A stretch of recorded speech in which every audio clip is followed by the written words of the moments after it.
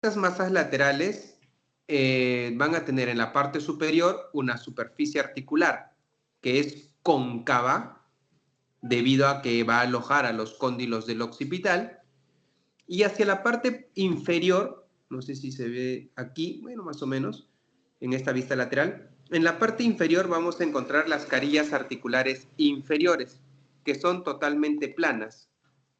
Y esto se debe pues porque se articula con las carillas articulares superiores del axis. Bien. ¿Qué más tenemos en nuestra vértebra atlas? ¿Qué cosa les llama la atención? Cuéntenme, ¿qué más han escuchado del atlas?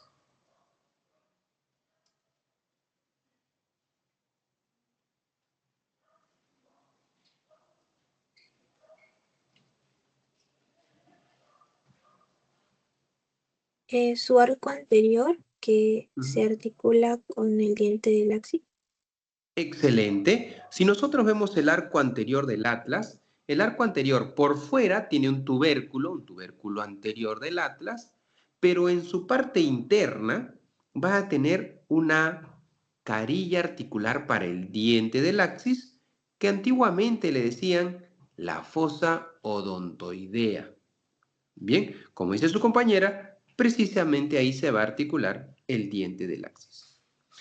En el arco posterior del atlas, acá vamos a agrandarlo, en el arco posterior del atlas nosotros vamos a ver un surco, ¿sí? Por detrás de las masas laterales tenemos un surco que se conoce como el surco para la arteria vertebral.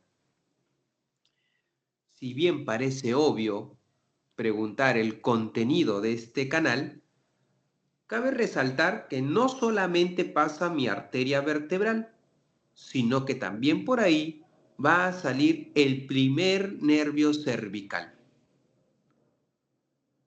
Hacia la parte interna de las masas laterales se ven unos tubérculos. Esos tubérculos se conocen como los tubérculos para el ligamento transverso.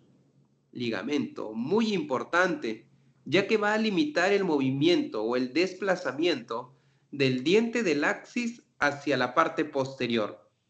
Claro, recordemos que en este agujero vertebral nosotros vamos a encontrar pues nuestra médula espinal, ¿no?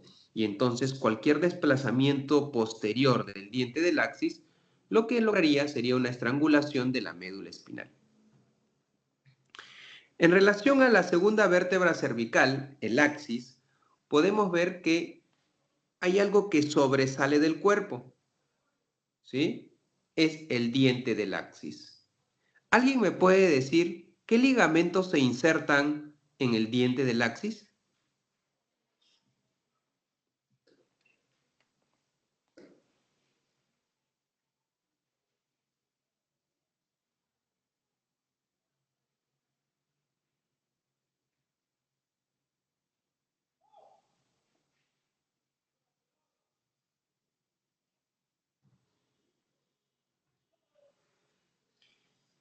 Existen dos ligamentos que van a insertarse en el diente del axis.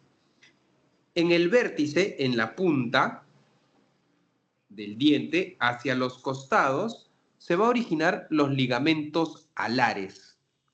Ligamentos importantes porque van a actuar como limitante de movimiento a la hora de hacer una rotación de la cabeza. Bien, cuando usted rota su cabeza hacia el lado derecho, existe un tope y ese tope precisamente lo pone el ligamento alar.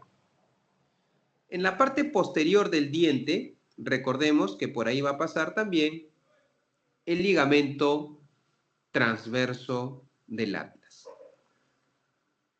Al observar el axis, podemos darnos cuenta que esta vértebra ya empieza a tener cuerpo vertebral, empieza a tener láminas y en la parte posterior también empieza a crecer la apófisis espinosa. Con respecto a la vértebra prominente o C7, esta vértebra se denomina así porque tiene una gran apófisis espinosa. Si nosotros hacemos una flexión de la cabeza y colocamos el mentón hacia el pecho, vamos a ver que en la parte posterior, es decir, en la nuca, vamos a encontrar una estructura que es la que más sobresale y precisamente es esta vértebra C7.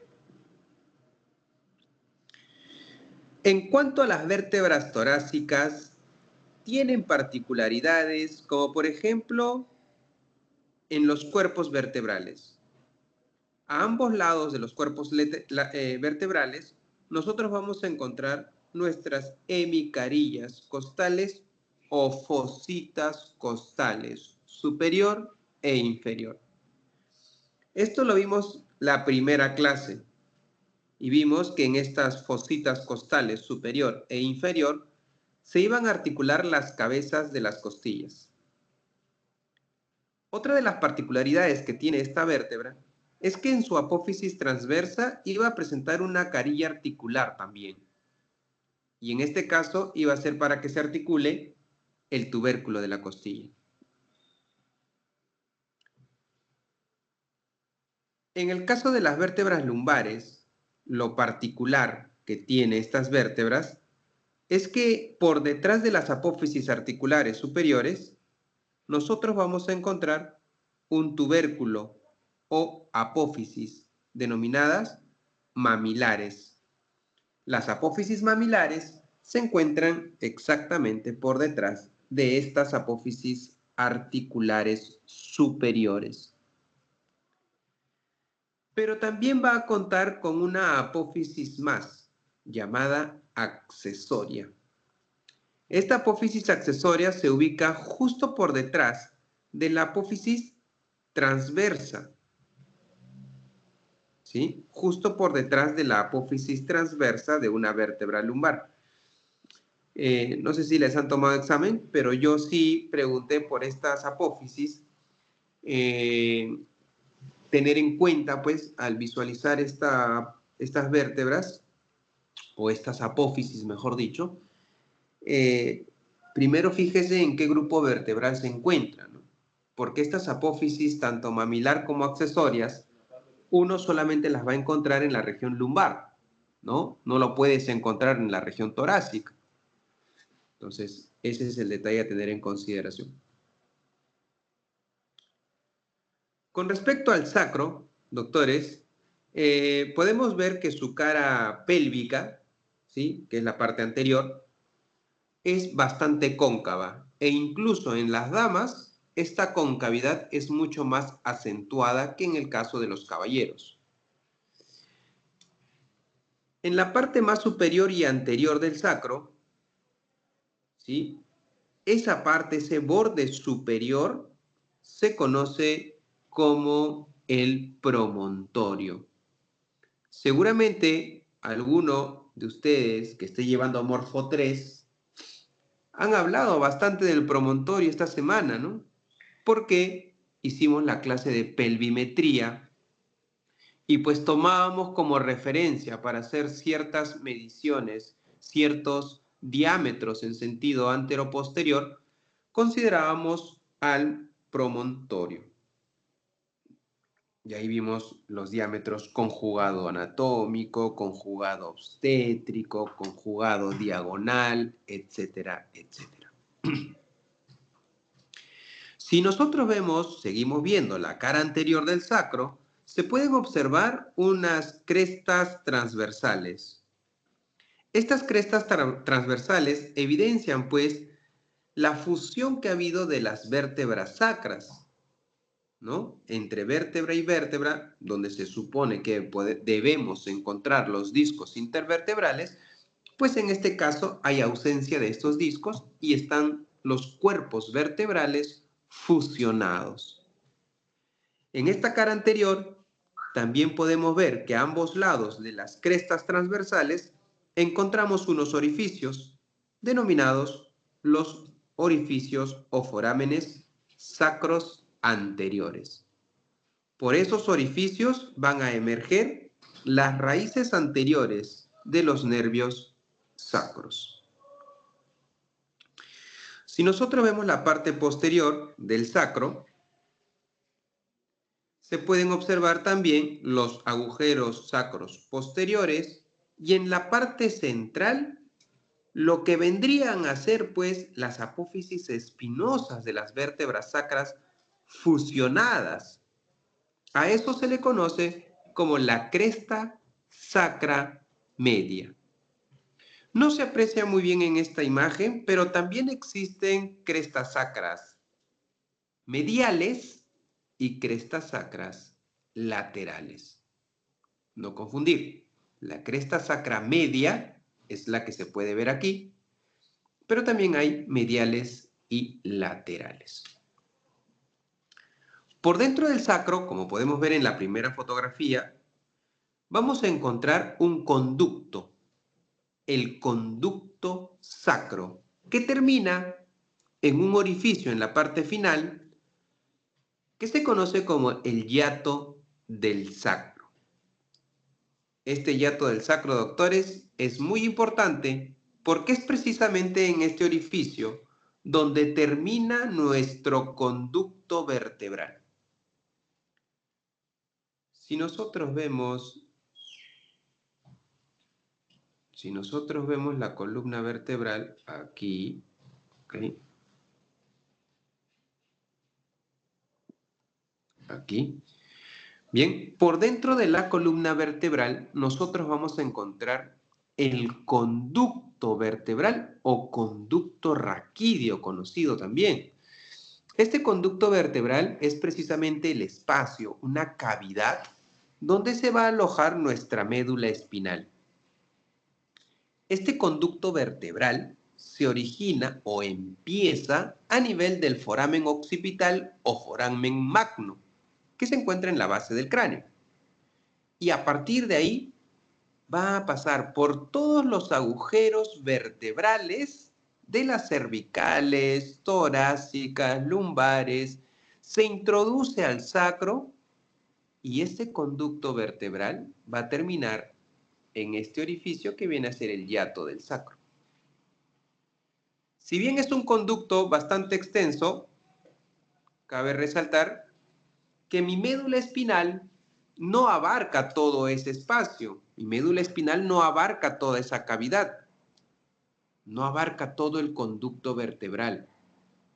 Nuestra médula espinal, doctores, solamente va a llegar a la altura de la primera o segunda vértebra lumbar. ¿Sí? Hasta ahí nomás llega nuestra médula espinal. Y todo lo que pasa o todo lo que se encuentra por debajo vienen a ser un conjunto de raíces nerviosas que se conocen pues como la cola de caballo o cauda equina. Esta cola de caballo o cauda equina nosotros la vamos a estudiar más cuando lleguemos a Morfo 4. ¿Bien? Con respecto a las articulaciones de las vértebras, ya habíamos mencionado una. Por ejemplo, a nivel de los cuerpos vertebrales.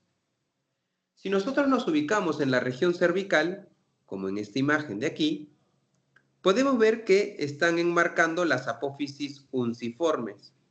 Y estas apófisis unciformes se están articulando con el cuerpo vertebral de la vértebra superior, formando una articulación denominada articulación uncovertebral. Articulación muy importante porque estas apófisis unciformes van a evitar el desplazamiento en sentido lateral de las vértebras cervicales. Es una articulación de tipo sinovial plana. Hacia el lado izquierdo podemos ver otra articulación entre cuerpos vertebrales que se conocen como las articulaciones intervertebrales. Usualmente estas articulaciones intervertebrales van a tener de por medio una estructura fibrocartilaginosa que vienen a ser los discos intervertebrales. Esta articulación es una articulación cartilaginosa sínfisis.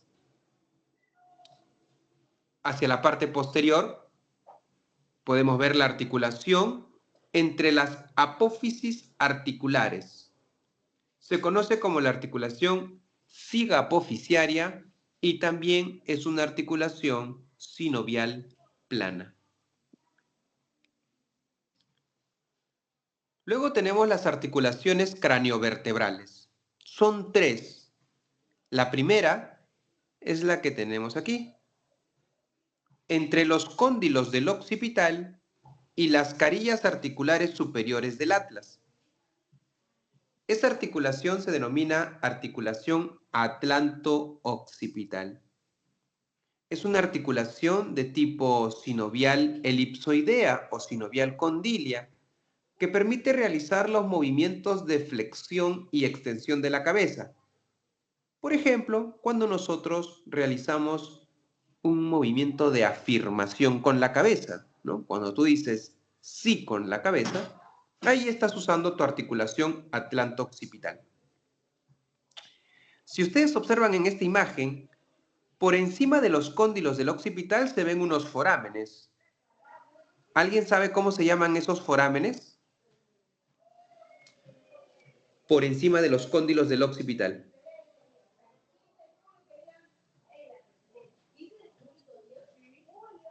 Ahí está, grande.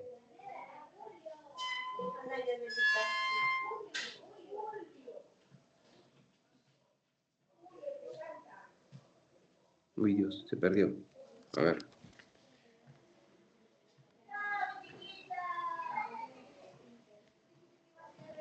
¿Cómo se llama ese conducto? Mientras voy buscando mi...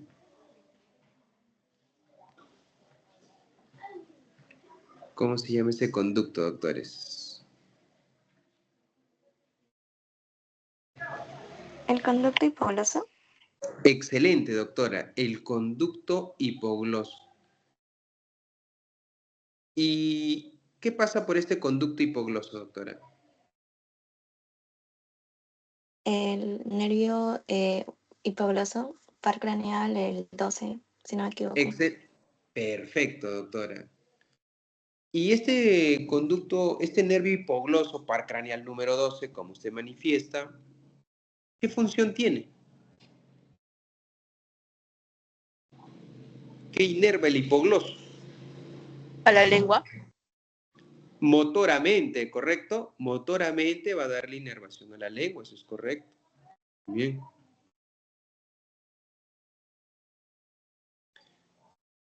Entonces, si se lesiona el nervio hipogloso, ¿qué va a pasar con el paciente? ¿Va a poder mover la lengua?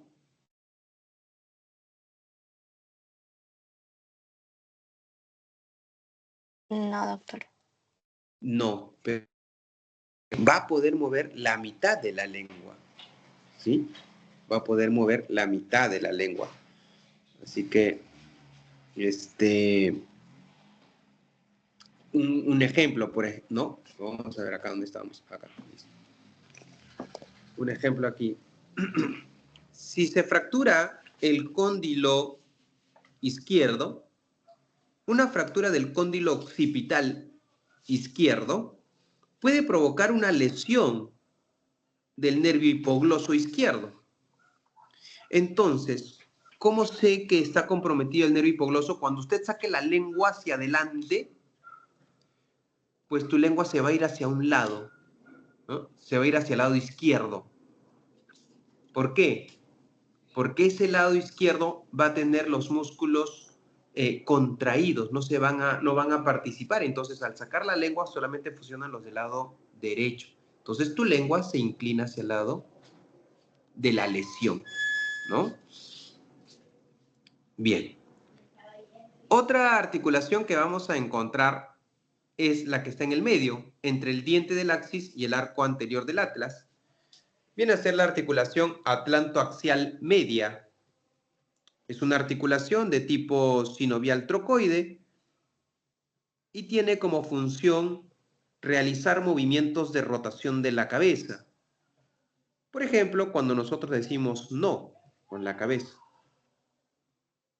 Y la tercera articulación que nos faltaba es la articulación atlantoaxial lateral, que se da entre las superficies articulares inferiores del atlas y las superficies articulares superiores del axis. Ambas superficies son planas, por eso el tipo de articulación, sinovial plana, en las que solamente se realiza un desplazamiento entre ambas superficies cuando nosotros realizamos movimientos de rotación de la cabeza. Con respecto a las articulaciones que vamos a encontrar entre las costillas y las vértebras, esto ya lo hemos visto. Tenemos las articulaciones costovertebrales y costotransversas, que son también de tipo sinovial plana. Algunos ligamentos importantes, miren acá, vamos a ingresar por el foramen occipital y podemos ver aquí el ligamento transversal, donde dice ligamento transversum atlantis. Ese es el ligamento transverso del atlas y como puedes ver, a partir de ese ligamento se forma un fascículo longitudinal superior que se dirige hacia el borde inferior de la apófisis basilar del hueso occipital y tiene un fascículo longitudinal inferior que no tiene nombre, pero se está dirigiendo hacia el cuerpo del axis. Cuando usted junta el ligamento transverso del atlas, el fascículo longitudinal superior y el fascículo longitudinal inferior, se forma una cruz, el cual se conoce como el ligamento cruciforme. Este ligamento cruciforme va a estar cubierto por esta membrana, denominada la membrana tectoria, que es una membrana que deriva del ligamento longitudinal posterior, del cual vamos a hablar más adelante. Como se puede ver en esta imagen, también se pueden observar los ligamentos alares que les mencioné hace un momento, que son ligamentos pues que se van a encargar de limitar los movimientos de lateralidad de la cabeza.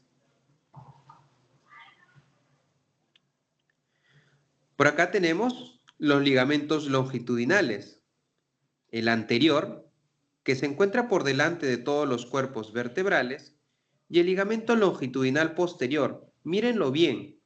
Muchos confunden a este ligamento longitudinal posterior, piensan que está por detrás de las apófisis espinosas. No, este ligamento longitudinal posterior se encuentra por detrás de los cuerpos vertebrales. Podríamos decir que se encuentran dentro del conducto vertebral. ¿Bien? Con respecto al ligamento longitudinal anterior, miren, une los cuerpos vertebrales por su cara anterior y tienen como función evitar una hiperextensión de la columna, ¿no? Por ejemplo, cuando haces tu columna para atrás, al estirarte, bien, este ligamento longitudinal anterior limita ese movimiento de hiperextensión de la columna. Por su parte, el ligamento longitudinal posterior hace lo contrario. Limita o evita los movimientos de hiperflexión de la columna. Hacia el lado derecho tenemos los famosos ligamentos amarillos, encargados de unir las láminas que también participan en el movimiento de extensión de la columna y participa también dándole soporte y estabilidad a las vértebras. Por último, tenemos los ligamentos entre las apófisis espinosas, denominados interespinosos, y hay un ligamento que se encuentra sobre las apófisis espinosas, denominado el supraespinoso. Este ligamento supraespinoso usted lo va a encontrar en casi todas las vértebras, a nivel del sacro, la región lumbar, la región torácica, pero no lo encuentra en la región cervical, ya que ahí cambia de denominación. Este ligamento supraespinoso se convierte pues en ligamento nucal. Este ligamento asciende para terminar su inserción a nivel de la protuberancia occipital externa o también ahí vamos a encontrar la cresta occipital externa. ¿Bien? Y listo. Eso vendría a ser un pequeño repaso de lo que hemos visto esta semana en clase. Miren esta imagen, miren esta radiografía, esta reconstrucción en 3D. Se puede observar cómo hay una curvatura lateral de la columna, una curvatura que no es normal, ¿no? Es una curvatura patológica y esto se conoce pues como una escoliosis, ¿no? Una escoliosis, que es fácil de reconocer en una persona. ¿Por qué? Porque estas personas que padecen de escoliosis van a presentar un hombro más superior que el otro. Otra característica es que uno de los miembros superiores va a estar más pegado al tronco que el otro. Y si ustedes ven en la reconstrucción en 3D, pueden ver la pelvis. Hay la del lado izquierdo está más elevada en comparación al lado derecho, ¿no? También es una característica de las personas que padecen esta patología. ¿Bien? Y listo.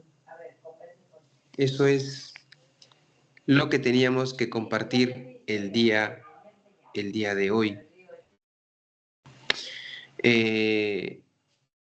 ¿Alguna pregunta, alguna duda que tengan?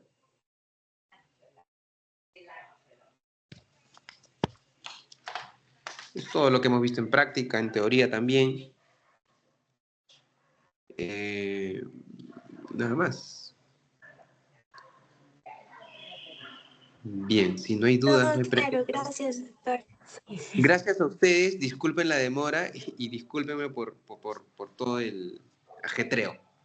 La próxima semana nos vemos para hacer la parte de radiología, ¿ok? Prometo llegar temprano esta vez. Muchas gracias, nos vemos. Cuídense.